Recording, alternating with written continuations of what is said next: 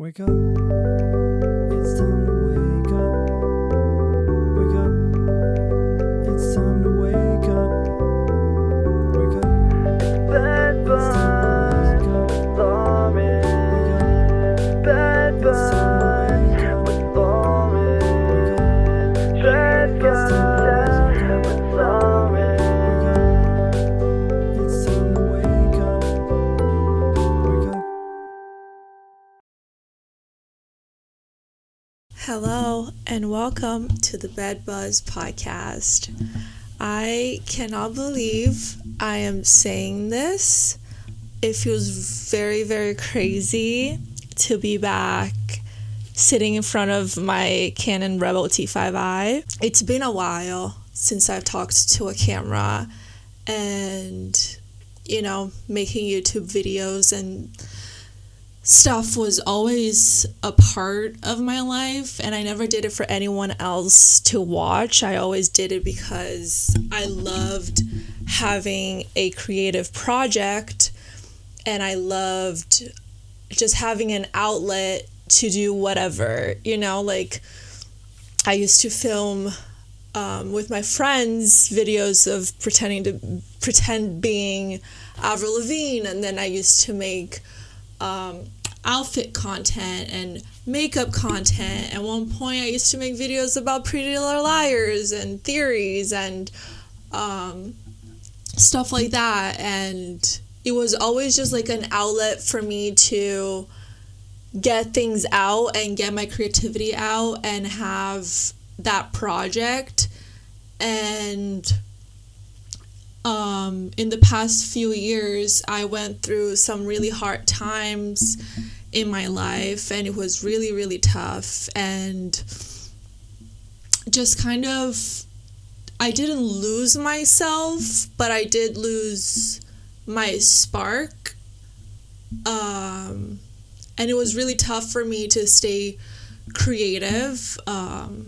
I stopped reading, I stopped writing poetry, I stopped filming and just creating things. And I feel like right now is a really good time for me to start being creative again and creating a space where I can let out my creativity into the world for whoever wants to watch it or whoever doesn't. Like, no one needs to be watching this. I don't need to have thousands and millions of views, but it is, having a project to me feels like a push for me to be creative. And the same way that I've done YouTube for most of my life,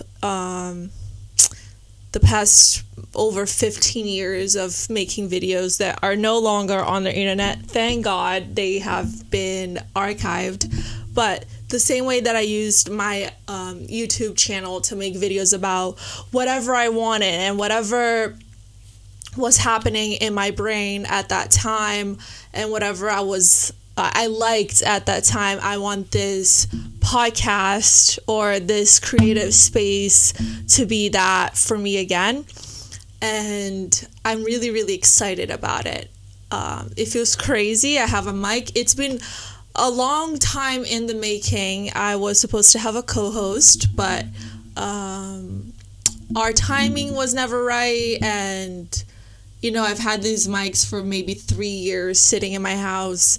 So it is something that has been in the talks, has been in my mind, and it just didn't work out. And again, I think I had to find that spark again, and being like, okay, this is the right time for me to pull out my Canon Rebel T5i out of my closet and set it up on my tripod that is probably older than people listening, and just yap for as long as I would like to. And you can watch it if you want. So my podcast is going to be called Bed Buzz. We're going to be in bed having conversation about things that I would like to talk about. while we sip on things, today we have some mint tea. I've been having mint tea every single day, twice a day. It has become a problem, but I have been quitting vaping. I've been quitting vaping, and I've been quitting coffee. So things could be worse than some mint tea, and that's what we're going to be drinking today. Along with trying to be more creative and creating a new project of my own, I've also been trying to make steps into towards going analog a little bit. I think it's become a little bit of a trend online on TikTok right now at the moment, going analog to the point where it can be a little toxic, where people can be over consuming things to go against anti-consumerism, if that makes any sense. Hello. Things are already going super bad. I just filmed 40 minutes and did not have my mic on. But yeah, so I think we've lost the plot a little bit with the analog situation. So I am, trying to stay mindful of going analog in a way that is gonna add to my life without causing any stress, because when there's pressure into a routine for me, then that's where that project will go into the box of projects under my bed that's never gonna get touched again. I tend to be a little bit of a perfectionist with my projects, and that's why I tend to push things aside and forget about things. And I think it also comes from, like, I'm a very creative person, and I tend to easily learn hobbies. So it means that I don't have to actively be trying to do something to technically be good at it. And then I'll do something and I'm like, okay, I did this, and then I just will never touch it again. But going analog, I got a planner. I got the Sofia Coppola inspired, from her brand, Important Flowers planner for 2026, and I've been using it, and it's been really, really helpful. It has like the full months, it has the weekly, and in the back it has notes pages, which I'm using as a journal for myself. And it also has a section of movies you want to watch and restaurants you want to go to and hotels you want to stay at. So it's been really fun filling that out with stickers and post-it notes and just like junk that I think makes my heart happy. And another thing that's been trending, that started trending last year, and I'm kind of late talking about it, but I've been talking about it to the people around me in my life, is the idea of creating your own curriculum. I have a Substack article that I was reading about it for this video, and I'll have it linked down below. But it's called How I Craft a Monthly Curriculum. So it reads, the personal curriculum became a trend thanks to a video posted on TikTok by creator Elizabeth Jean, in which she's showing her July curriculum. A personal curriculum is a series of books, articles, videos, and resources on a particular topic or skill, something like a DIY college reading list or syllabus. Personally, I appreciate the idea of focusing on a specific topic, or a few ones at least, every single month, because it allows space for in-depth research while also including variety. So I like the idea of the curriculum, but again, if there's a lot of pressure on a project or something like that, for me, it is going to get scraped. So what I've been doing is, whether it's a book that I'm reading or a movie that I'm going, oh, there's a groundhog outside my window right now. Hello. So, for example, when I was reading Wuthering Heights, because the movie was coming out, I was doing a lot of research on the Bronte sisters and learning more about that, and watching interviews about Wuthering Heights of people who have studied the book and also got to learn a lot about the Japanese version of the movie, and apparently it's a really good movie, and I would really like to watch it. And that's what I'm trying to keep up with. I'm trying not to take it too seriously because sometimes my weeks do get really busy or tiring, especially if I have a show in the middle of the week, if I go to a concert on a Tuesday or on a Wednesday, which happens a lot in New York. I work really early mornings, so I tend to end up getting very, very sleepy for the rest of the week and just going to bed at 7 o'clock at night. So I'm trying not to put a lot of pressure on it, but keeping in mind that on my journal, on my planner, on the weekly basis, I'll write how many chapters of a book I'll be reading that day, and my goal of reading for the week. And then I'll also have a note on things that I want to learn that week, whether it's about the author or the themes or, just random things. For example, I took a couple weeks where I was watching a lot of video essays on how to articulate better and have people understand your ideas and what you're talking about a little bit easier, and sharing your opinions and your ideas in an easier way so people can understand you better. And I think it was really nice learning about it and hearing what people have to say about it, because English is not my first language. Just sometimes it can get a little frustrating. I feel like maybe if you're a bilingual person, you would agree that sometimes it feels like you're illiterate in both languages. It feels like I can't speak either, and it can get really frustrating in my mind if there's a word that just won't come to me, or if there's a word that will come to me in one language but it won't come to me in another language.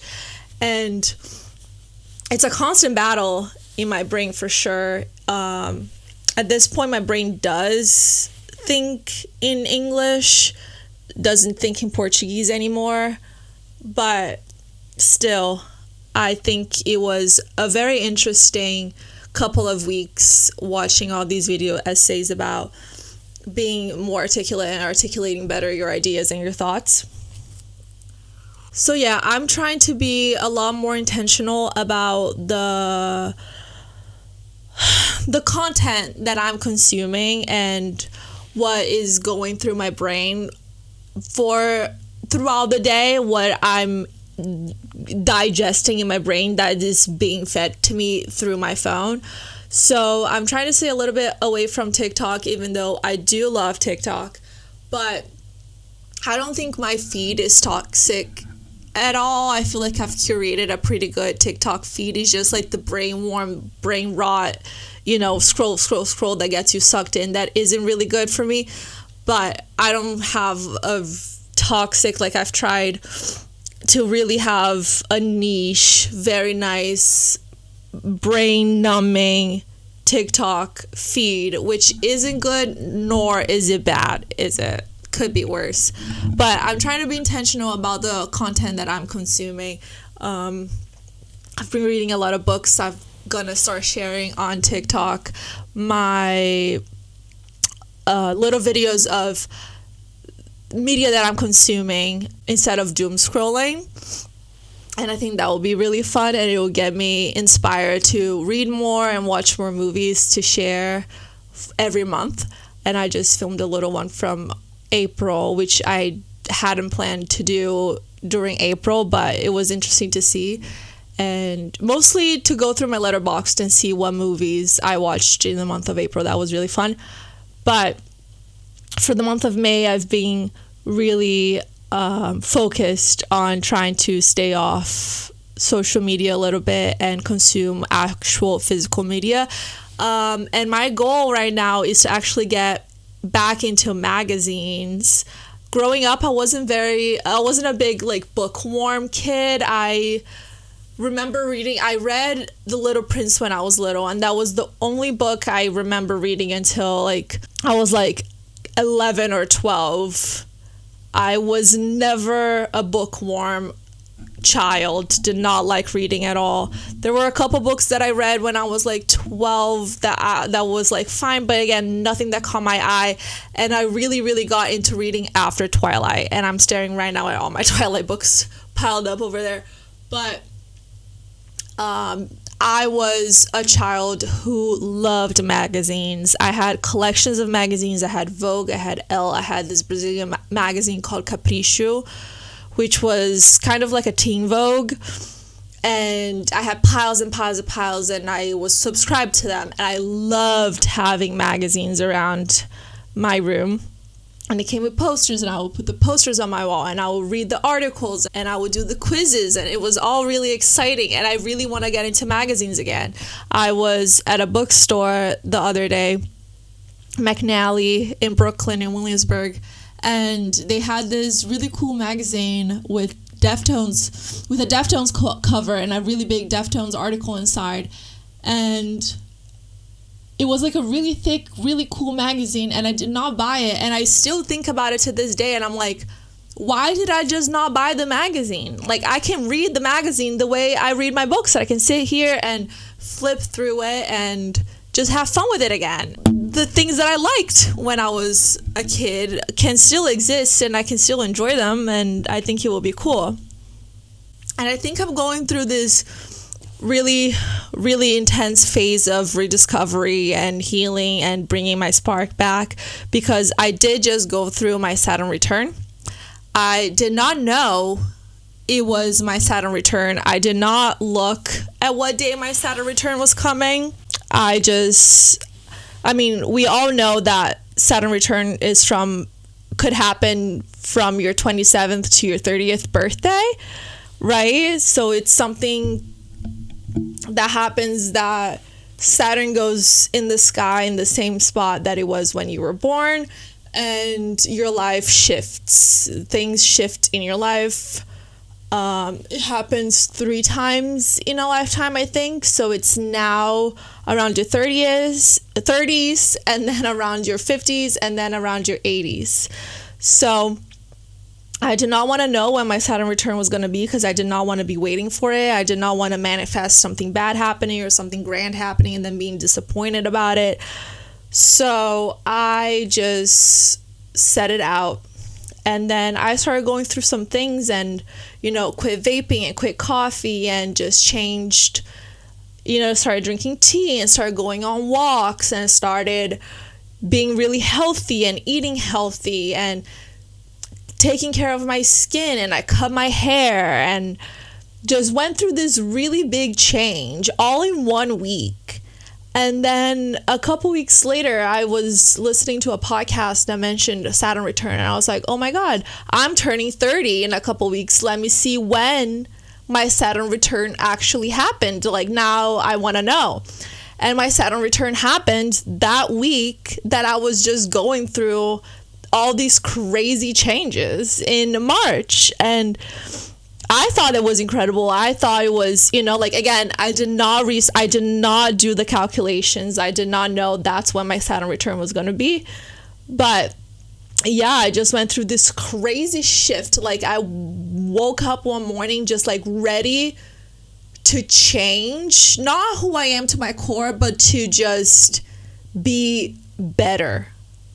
And I think it's really exciting. And I'm really happy about it. I am. And, I went through a really tough time for a long time. And it just feels really good to be in this new era of my life. And I turned 30. Well, by the time you watch this, I will have turned 30 already, but I turned 30 in a couple of days. And my close friend Chloe, who's been my friend for over 10 years, is currently about to land from London. She's about to land in New York City from London for my birthday. Unfortunately, Brie can't be here, but everything works out the way it's supposed to. And I'm ready for a really good weekend. I hopefully it won't rain, right? Because I'm supposed to have an outdoors party, and the weather is supposed to be bad, but it is what it is. So I'm gonna go get ready to host. I have Chloe coming today, I have John coming tomorrow, and then I have Camilla coming the next day. And I'm super excited to be surrounded by friends. And I don't think I have felt this way in so long. And it just feels like I don't know what happened. My Saturn did return. And yeah, let me know if you liked this, or if my legs are numb. Let me know if you liked this, or if you have any ideas. I really hope the next episodes I can, tweak things a little more and make things more cozy. And I really wanted to feel like we're having a nice conversation, a sleepover, just sitting in bed with your friend. And maybe we'll have some guests. Maybe I'll get some of my friends that are going to be here this weekend to film a little bit with me. That would be fun. And yeah, let me know if there's anything you would like to see, you would like me to talk about. And if you have any recommendations, going analog, any physical media that you think I should check out, everything is welcome. I will try anything once. Don't quote me on that, but I'll try a lot of things once, like different styles of books and stuff. I hope you have a wonderful weekend, and I hope you're having a wonderful day. And I forgot how to end videos. I feel like I'm just gonna get lipstick on my white mic and keep rambling. No, yeah, just subscribe, I guess. This feels crazy. I can't believe I'm saying that again. Well, now I'm up, and I'll see you in the next one.